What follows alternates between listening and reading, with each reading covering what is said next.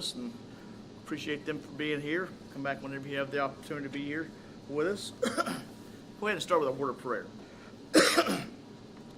God, our Father in heaven, thank you again for this another day of life you've granted to us, and this time we have to come together to study your word, and as we begin our study in the parables of Jesus tonight, be with us as we examine his teachings and the way he taught. Help us to glean much from it, apply it to our lives where need be, and be better servants in the future than we have in the past, and be a better example of those we come in contact with. Be with those who are unable to be with us tonight because of sickness. Things being used for them might get them back to a better portion of health. Always thankful for the sacrifice that Christ made on the cross. Help us keep that in the forefront of our minds as we go through our daily lives, and help us to always spread that good news to others whenever we have the opportunity. I ask all these things in Christ's name. Amen. All right, we are going to start a study about the parables of Jesus, but tonight we're not going to talk about a specific parable, kind of an introduction type lesson. But first of all, if we're going to talk about parables, we need to know what they are. So what is a parable? Anybody have a definition they came up with?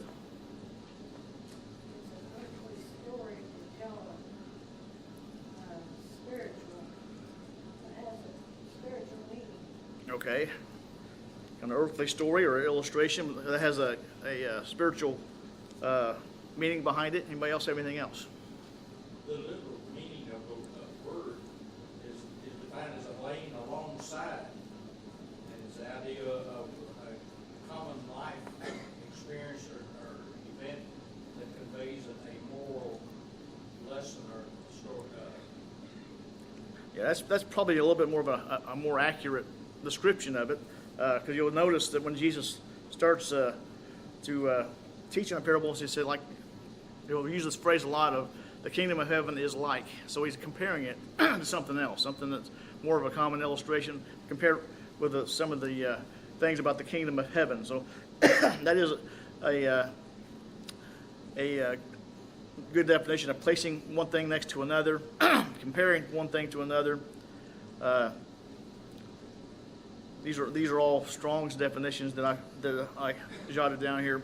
An example by which a doctrine or a precept is illustrated. This was a little bit of a longer sentence, but a fictitious narrative, but agreeable to the laws and usages of human life, by which either the duties of men or the things of God, particularly the nature and history of God's kingdom, are figuratively portrayed.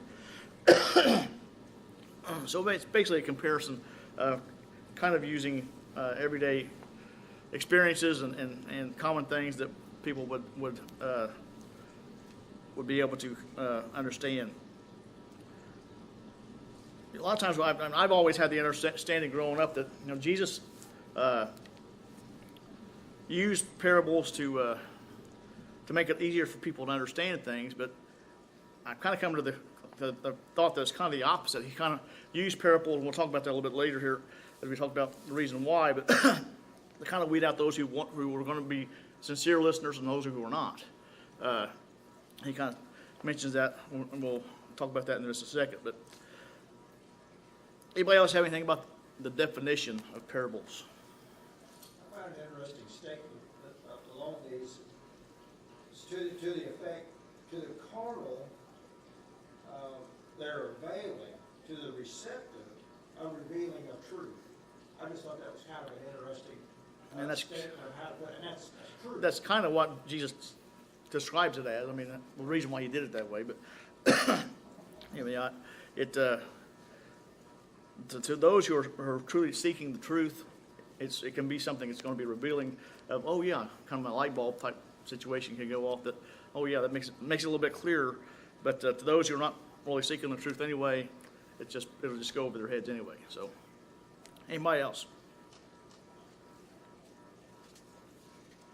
We're going. It's important to remember.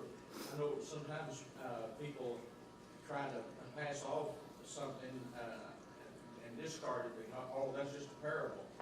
But even though Jesus spoke in parables and maybe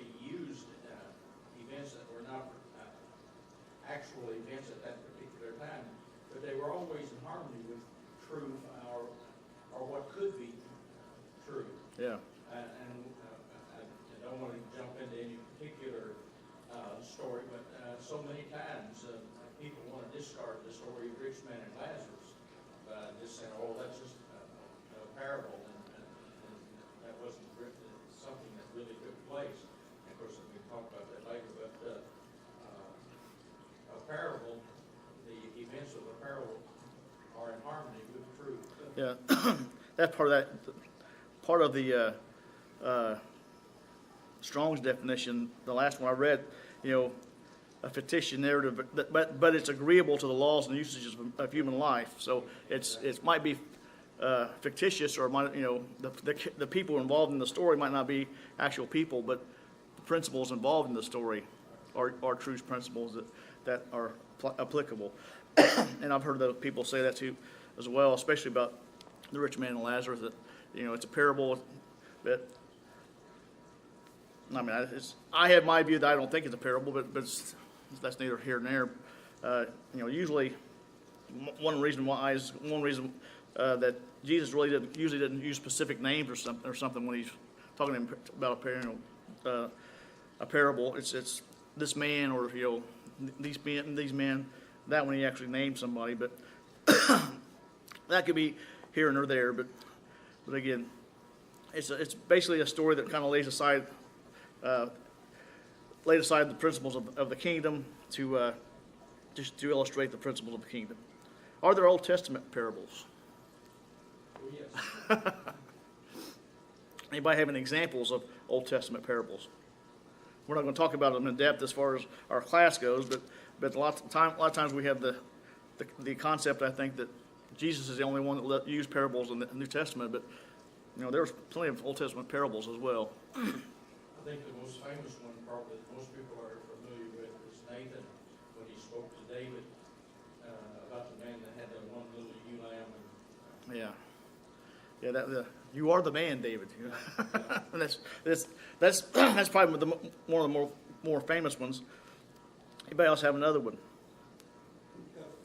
you think about it, not too long ago we went through Ezekiel, and if you think about that book is really full of parables.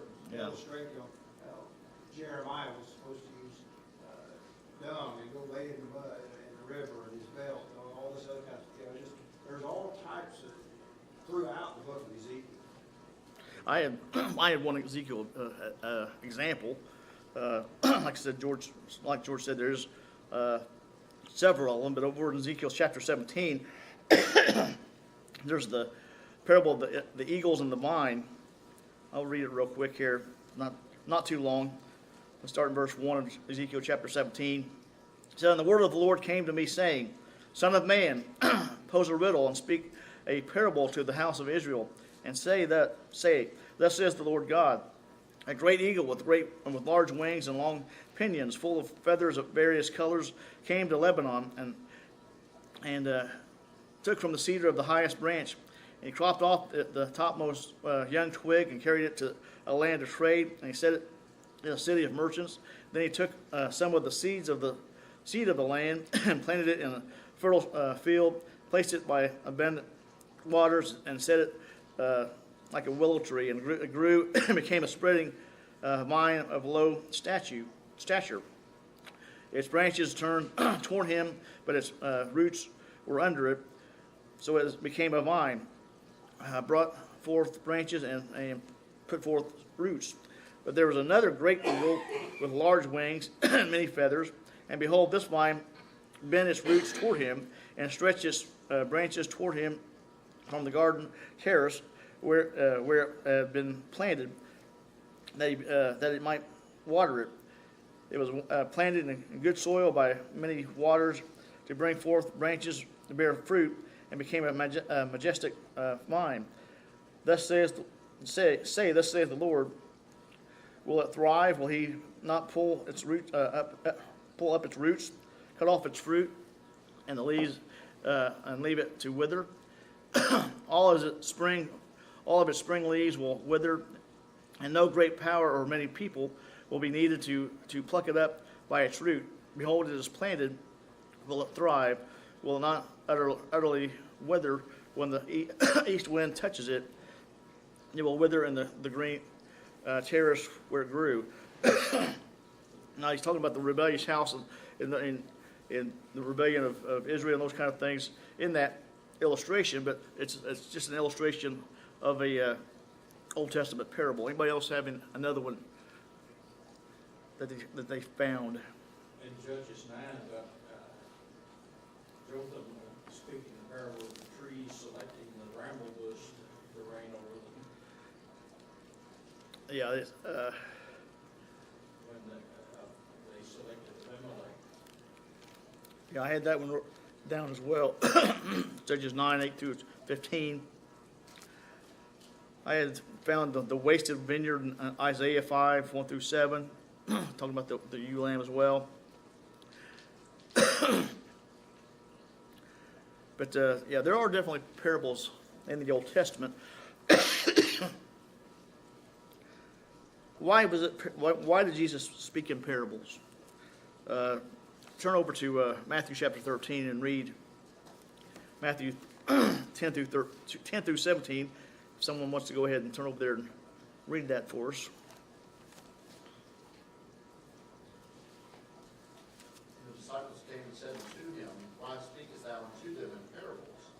He answered and said unto them, Because it is given unto you to know the mysteries of the kingdom of heaven, but to them it is not given. For whosoever hath, to him shall be given, and he shall have more abundance. Whosoever hath not, from him shall be taken away, even that he hath. Therefore speak I to them in parables, because they see not, and hearing they hear not, neither do they understand. And in them is fulfilled the prophecy of Isaiah, which saith, By hearing ye shall hear, and shall not understand, and seeing ye shall see, and shall not perceive. For this people's heart is waxed gross, and their ears are dull of hearing, and their eyes they have closed, lest at any time they should see with their eyes, and hear with their ears, and should understand with their heart, and should be converted, and I should heal them. But blessed are your eyes, for they see, and your ears, for they hear. For verily I say unto you, that many prophets and righteous men have desired to see those things which ye see, and have not seen them, and to hear those things which ye hear, and have not heard them. Thank you, Mike. There's a little bit of a lengthy section there, but Jesus is explaining to his disciples or the apostles why he speaks in parables. They ask him the direct question: Why do you speak to them in parables? In simpler language, can somebody explain what he just said there, as far as why he speaks to them in parables? Well, you alluded to it earlier. It was to teach the truth to those who were honest in receiving the truth, but at the same time, it concealed it in a sense from those who were dishonest and did not want the truth. Yeah, like I said earlier, growing up, I was always had it's been a kind of a common belief that Jesus taught parables to make things simpler, make things easier for people to understand. But I think his explanation here kind of shoots that down as far as seeing they will not see. Me and George last time we were in the jail talked about this passage with the inmates there, and it's basically the concept that they had a lot of the people that Jesus was teaching or who came to hear Jesus teach had their own already preconceived ideas of who he was and who the Messiah was and what the Messiah was supposed to represent. The Pharisees and the Sadducees, they were fighting him tooth and nail the whole time he was there. So I think those are the kind of people he was talking about. They see, but they have eyes, but they're still not seeing what's in front of them, basically. They have ears, but they're not hearing, and they do not understand. And they didn't want to understand. I think that's the main point. It was prophesied there in verse 14, back in Isaiah. You'll hearing, you will hear and shall not understand, and seeing you shall see and not perceive. For the heart, and that's the key to it is, for the hearts of this people have grown dull, their ears are hard of hearing, and their eyes they have closed, lest they should see with their eyes and hear with their ears, lest they should understand with their hearts and turn, so that I should heal them. So I don't think we're talking about people who really weren't wanting to be healed. They didn't really want to hear the truth. They didn't want to hear didn't want to believe that maybe their conception of who the Messiah was and what he was going to do might have been wrong.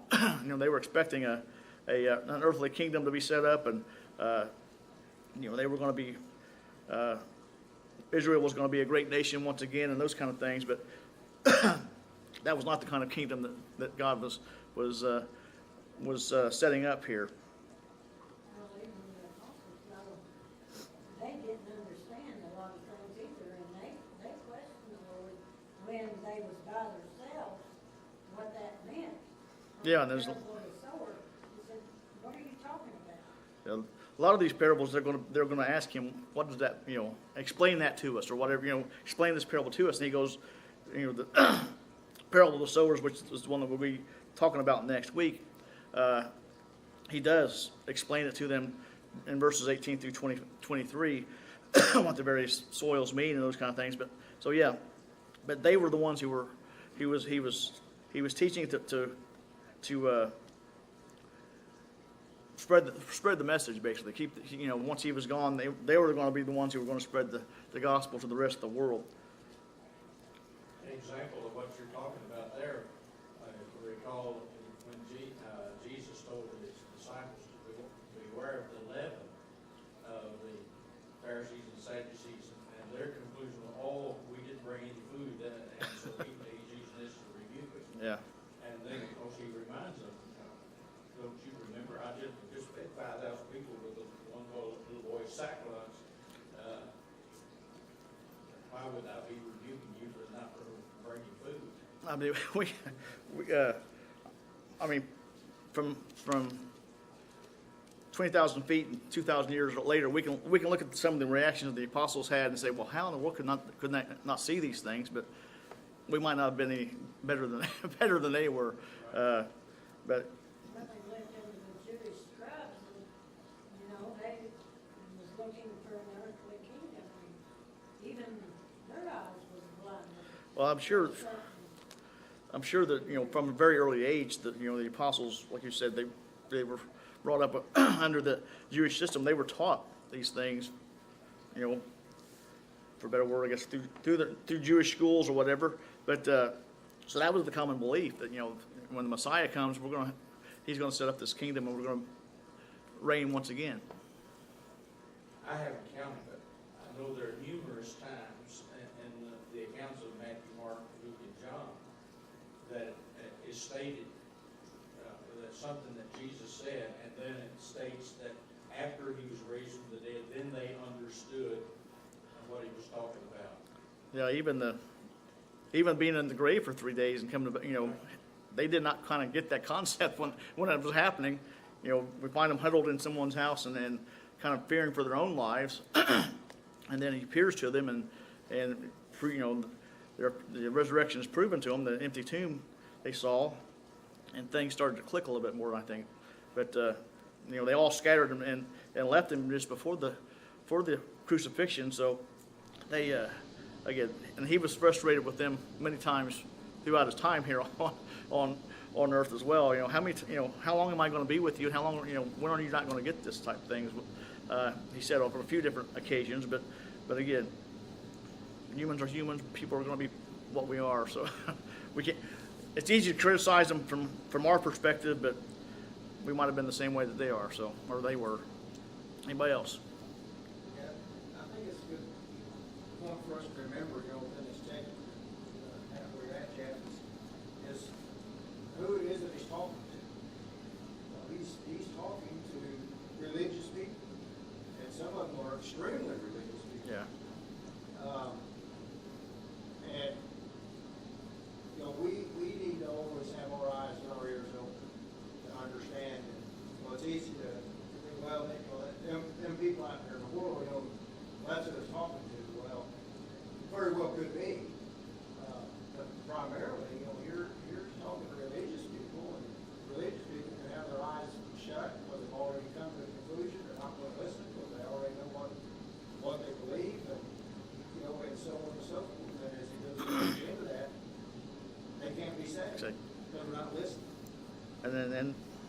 like we make that point with the guys in the jail all the time, you know.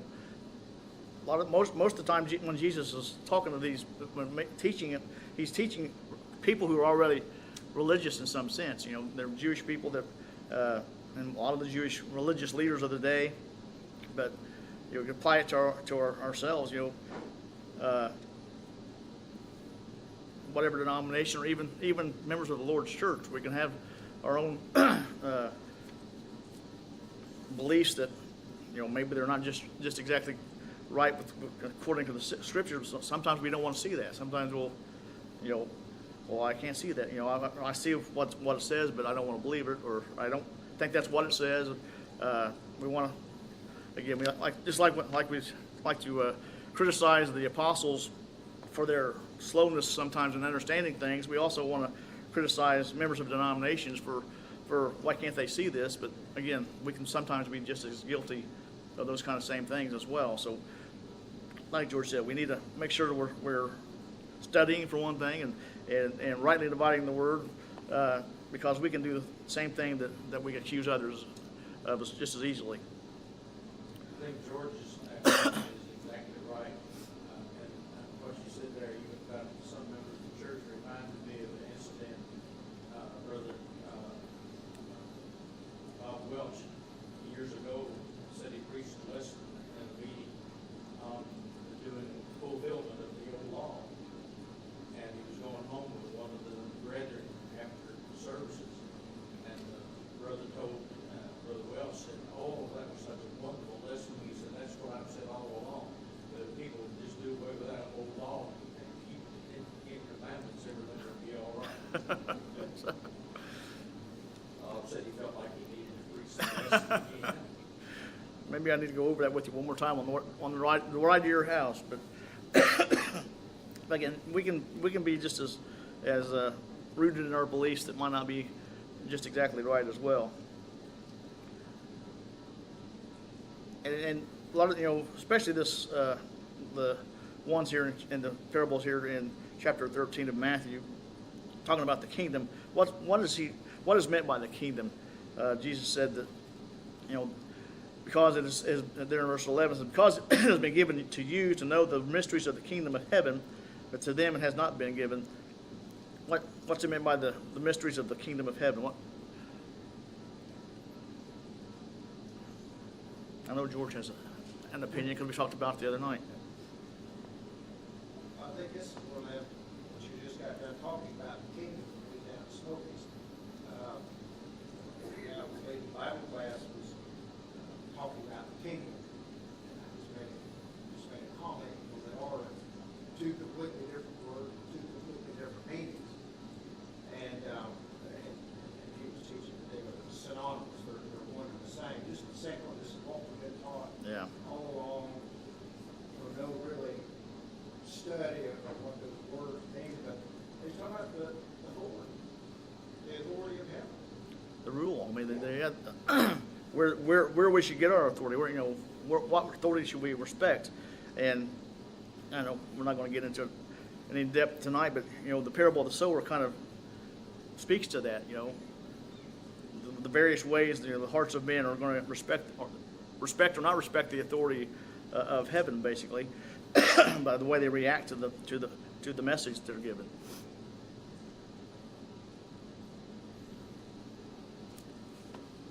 You know, we said it before that, you know, the Pharisees and other Jewish leaders did not want to see or did not want to hear the things about the kingdom of heaven, and they were, you know, the prophecy of Isaiah was being fulfilled. We talked about there just a second ago about the being dull of hearing and not wanting to see, because, you know, if they were really serious about it, they might understand and might have to change their ways. They might get themselves, as he said in verse 15 there, that I should heal them. But who did indeed desire to see the things that the apostles were seeing? Verse 17 says, "For surely I say to you that many prophets and righteous men desire to see what you see and did not see it, and to hear what you hear and did not hear it." So many times in the prophets of old, they would prophesy, but because that's what God told them to do. But they didn't necessarily understand what they were, the end game of what they were prophesying. But they were desirous of being able to see that, which you can understand that. But this is the things that they prophesied about were indeed coming true.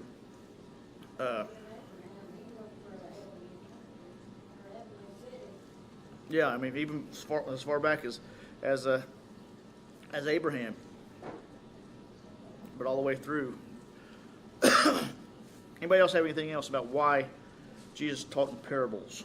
Well, in regards to what you were just talking about over in Ephesians 3, when Paul was making known that he was revealing to them the mystery of Christ, he said, which in other generations was not made known to the sons of men, as it is now been revealed. And that's the reason that they did not know and understand certain things, because it had not yet been revealed. Personally, I think that's the ignorance that Paul is talking about in Acts 17, when he says the times of this ignorance God winked at. I'm convinced that the ignorance there is the ignorance that was due to the fact that it was not made known to them, did not know. But now it has been revealed. So now he commanded all men everywhere to repent. Yeah, and 1 Timothy chapter 3, Paul talks about that mystery and kind of enumerates it a little bit. Verse 16 of chapter 3 says, without controversy, great is the mystery of godliness. God was manifested in the flesh, Christ, justified in the Spirit, seen by angels, preached among the Gentiles, believed in the world, received up in the glory. So kind of a synopsis of what basically the gospel story is there in one paragraph there to his first letter to Timothy. Well, even he goes on there in Ephesians 3 to tell what that mystery was now being revealed, that the Gentiles are fellow heirs and partakers of the promise through Christ Jesus. Yeah, and that was a big stumbling block to a lot of the Jewish believers, which Paul in a lot of his epistles fought that fight many times over throughout the New Testament as well. They just could not get past the fact that the Gentiles were now acceptable to God and were worthy of that same salvation that they could have access to as well. Anybody else? Well, they usually spoke parables when there was a big crowd around, and Jesus was teaching his apostles, and those who were, like you said, those who were serious about following Jesus, and but his teaching with the apostles a lot of times was in a private setting too. Yeah. Well, since the apostles were exposed to all these parables, did they ever speak or teach in parables as well? I don't know of any instance where, like, we have a recording of one of their sermons that I can remember, just an parable that's unless I'm just forgetting about something. But I know some of the writings they wrote to people, they kind of use examples of different things. But anybody have any example of a parable maybe the apostles might have used? This was in Galatians 4, where he talks about Hagar and Sarah being the bondwoman and the free woman, representing the two covenants.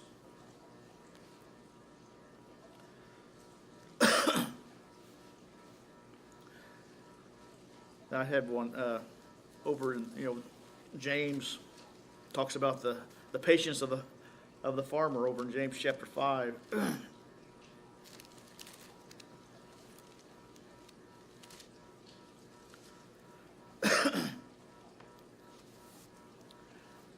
Illustrating the need for patience and perseverance of Christians.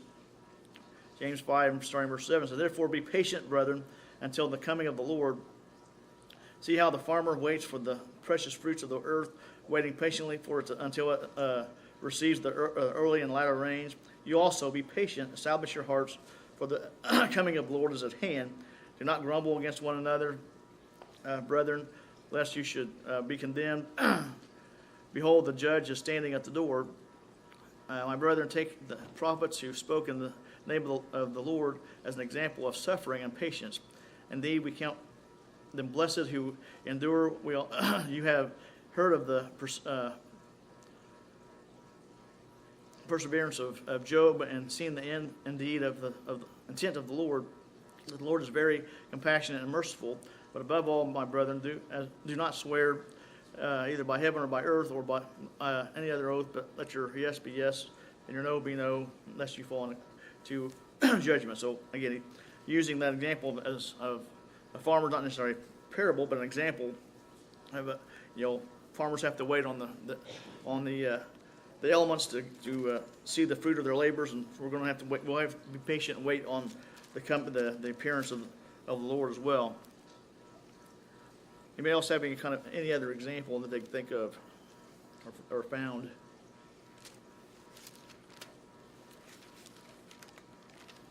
Paul used some illustrations, especially with Timothy. One of those he kind of used one in the same passage here, I guess, over in 2 Timothy chapter 2. 2 Timothy chapter 2, starting in verse 3, says, You therefore must endure hardship as a good soldier of Jesus Christ. No one engaged in warfare entangles himself with the affairs of this life, that he may please him who enlisted him as a soldier. And also, if anyone competes in athletics, he is not crowned unless he competes according to the rules. The hard-working farmer must be first to partake of the crops. Consider what I say, and may the Lord give you understanding in all things. So again, he used three different illustrations there: soldiers and athletes and farmers, talking about the patience and the persistence that we should have, and not entangling ourselves in the affairs of this life, but concentrating on the heavenly things and not the carnal things. Anybody else have another one?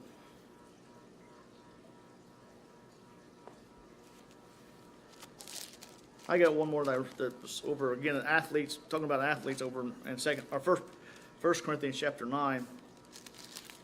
Probably one that's probably familiar that Paul used with the Corinthians, talking about striving for the prize. Starting in verse 24, says, Do you not know that those who run in a race all run, but one receives the prize? Run in such a way that you may obtain it. And everyone who competes for the prize is temperate in all things. Now they do it for a perishable crown, but we for an imperishable crown. Therefore I run thus, not with uncertainty. Thus I fight, not as one who beats the air, but I discipline my body and bring it into subjection, lest when I have preached it to others, I myself should be disqualified. So again, talking about that discipline and self-control that we need to run that race of being a follower of Christ, so that we might have that prize at the end. Any others? I guess you was referring to the book of James. If you go back to chapter 3, he talks about the ship that is turned about by such a small rudder, and he uses that to teach a lesson in regards to the tongue. The untamed tongue, yeah, untamable tongue. I'm sure there's others that I didn't think of, but those are the ones that came to my mind.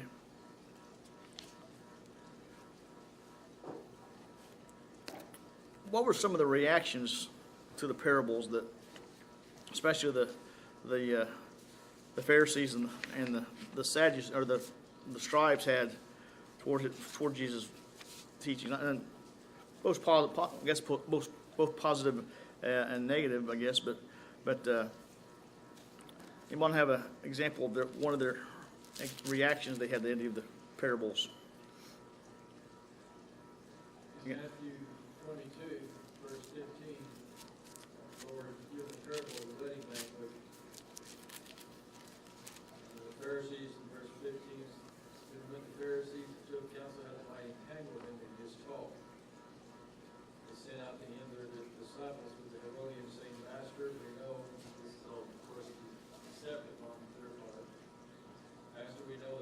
truth, teaches the way of God in truth.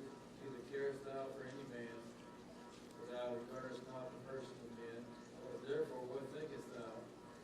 The law to be attributed unto Caesar or not? But of course, here this time they're trying to trick the Lord. He's making quite an impact with these parables, and they want to make him say something that's going to get them in trouble, of course, by giving proper tribute to Caesar.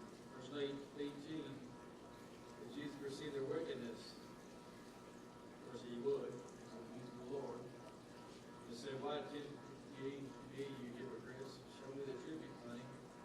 They brought unto him a penny. He said unto them, who is this? They mentioned superscription. They said unto him, Caesar's. And said unto them, render therefore to Caesar the things which are Caesar's, and to God the things that are God's. And here is the opposite reaction of the Pharisees in verse 22, where they at first tried to trip up the Lord. Verse 15, when they had heard these words, they marveled and left him and went their way. I see. Yeah, it was kind of a flipping of the switch there. They were out to get him and going to try to trip him up, and he turned the tables basically, and they were amazed at his ability to outthink them basically, I guess. But anybody else have anything? Another one? Luke 16, 14 through 17, we see that they ridiculed Jesus. He was talking about the parable of the dishonest, the rich man and the steward there. They tried to ridicule him. So they did. Now they didn't let very many opportunities that they thought they had to ridicule him go by, but Mark 12, it talks about the parable of the wicked vine dressers. And in verse 12, they sought to lay hands on him, but feared the multitude, for they knew he had spoken the parable against them, so they left him away. at least in that instance they understood the parable and they had a reaction to it. They were going to lay hands on him, but thought better of it. Same thing in Matthew 21, 45 and 46. When they sought to lay hands on him, they feared the multitude because they took him for a prophet. Yeah, if it wasn't for those people that were standing around, they would have done a lot worse than what they've been. They would have done a lot worse earlier, I guess, than they eventually did, I guess. But I had one that was Matthew chapter 15. Not necessarily a parable, but the reaction they had when he was talking to them about when they were talking about I think it was the washing of hands and those kind of things that when he had called, verse 10 said, when he called the multitude together to himself, he said to them, hear and understand, not what goes into the mouth defiles a man, but what comes out of the mouth, which defiles him. Verse 12, and said, then his disciples came and said to him, do you not know that the Pharisees were offended when they heard this saying? So again, they were offended by a lot of things he said, and this was one of those things that was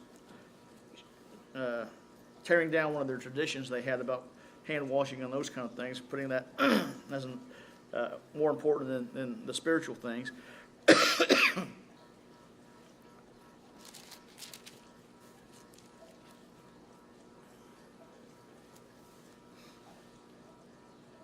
Then I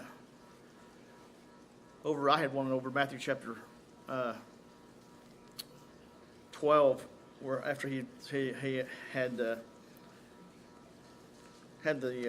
parable of the a tree is known by its fruits, basically the illustration he used there, verse 38. Some of the scribes and the Pharisees answered, saying, teacher, we want to see a sign from you. So again, they were testing him constantly about signs and trying to trick him up, like we said earlier, illustration we had. So their reaction to most of the parables were not very favorable. But then, most of the people who were, the crowds that were listening to him were marveled at the way he spoke and the illustrations he used. And again, that was the reason why the religious leaders of the time didn't fulfill or didn't go along with with their plans to get rid of him right away, because they knew they were going to have an uproar from the people. But by the time that he was crucified, that switch had changed too, and the people were all yelling, "Crucify him, crucify him." So again, human nature is a fickle thing a lot of times. Anybody else have any other reactions? There was a time when the Christ in John 2, verse 18, Jews were asking him about a sign, saying, how are you going to do these things? And Jesus said, or he made a remark, you destroy this temple, and in 3 days, I'm going to be raised up again. And the Jews answered, it took us 46 years to build this. How are you going to do it in 3 days? So it's just another matter of that he didn't understand Yeah. as to who or what he's speaking of. Yeah, verse 21 there says, "But he was speaking of the temple of his body, not the physical temple there in Jerusalem." And they didn't get that. And of course, I don't know that some of the apostles probably didn't get that either. That's why they were so confused or downtrodden when he was indeed crucified and put into the grave. Anybody else have anything else? I have to run out of time, it looks like. Like I said, next week, we'll talk about the parable of the sower. And I will have questions done for that. And back in the back where these were at Sunday, if you want to pick those questions up. Haven't quite finalized them yet in my head, but I will have them done by Sunday. I promise that, or do the best of my ability anyway. So thanks for the comments and the attention.